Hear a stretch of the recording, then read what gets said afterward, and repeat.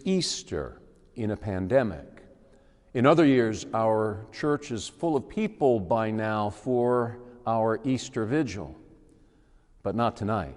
Some of you have asked what this coronavirus separation is like for me as a priest.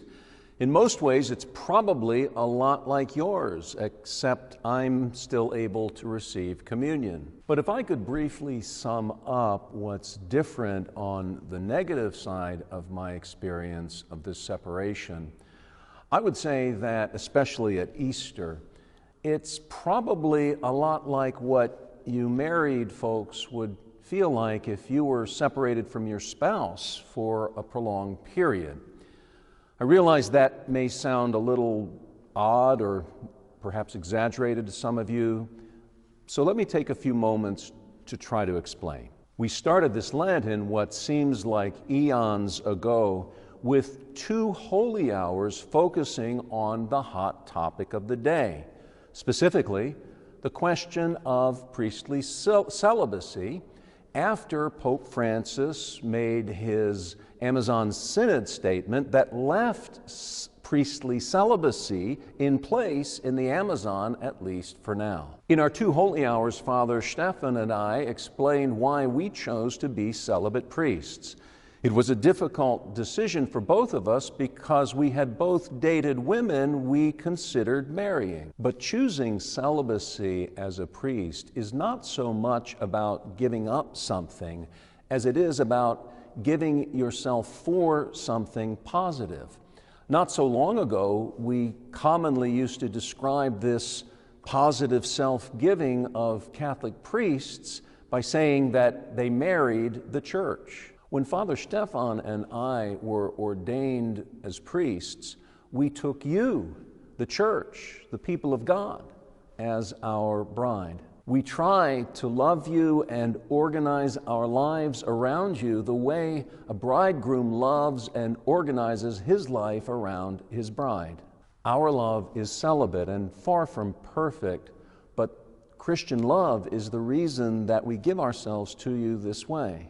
And we simply could not have wives and children and give ourselves to you in the same way. That would be like having 2 brides. Like marriage, there are times when you drive us a little crazy. And frankly, some of you are easier to love than others. And I know that's true of us priests as well. These inevitable tensions in our relationships with each other made the first few days of pandemic separation feel like a much-needed break from a spouse that you truly love, but too much togetherness has left you feeling a little exhausted. But the novelty of the break soon ended, and the ache of separation followed. It's not supposed to be this way. I miss my bride, especially on Easter Sunday. Whether we're celibate priests or married parents or single people starting out in a career or well-established in a career, whatever our walk of life, we're all being asked to make sacrifices in this pandemic that we never imagined we'd have to make. Though we can and should debate whether every pandemic sacrifice is necessary, we know that some sacrifice is required of all of us. Each pandemic sacrifice, like priestly celibacy, is not so much about giving up something as it is giving ourselves for something positive. Each pandemic sacrifice, each cross, is a way of loving others, especially the elderly and the less healthy who are most vulnerable to this disease. We don't want these crosses, but we believe that there's a greater good beyond them, and so we choose these crosses as a way of Christian love. And for Christians, the greatest good of all is, in a word, Easter.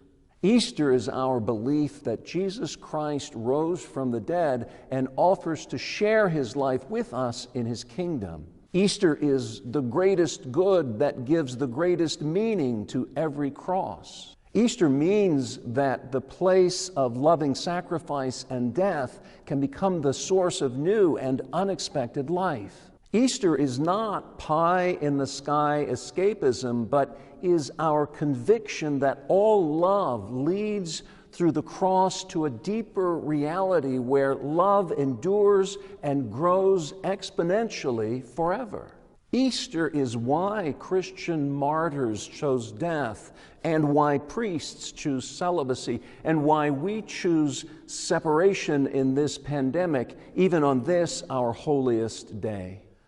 So whether Father Stephan and I and every other priest are reunited with you, the love of our lives, in a month, in 2 months, or in eternity, we carry our pandemic crosses as you carry yours, in the sure and certain faith that Easter will transform and is already transforming even now their daunting weight into joy. Happy Easter.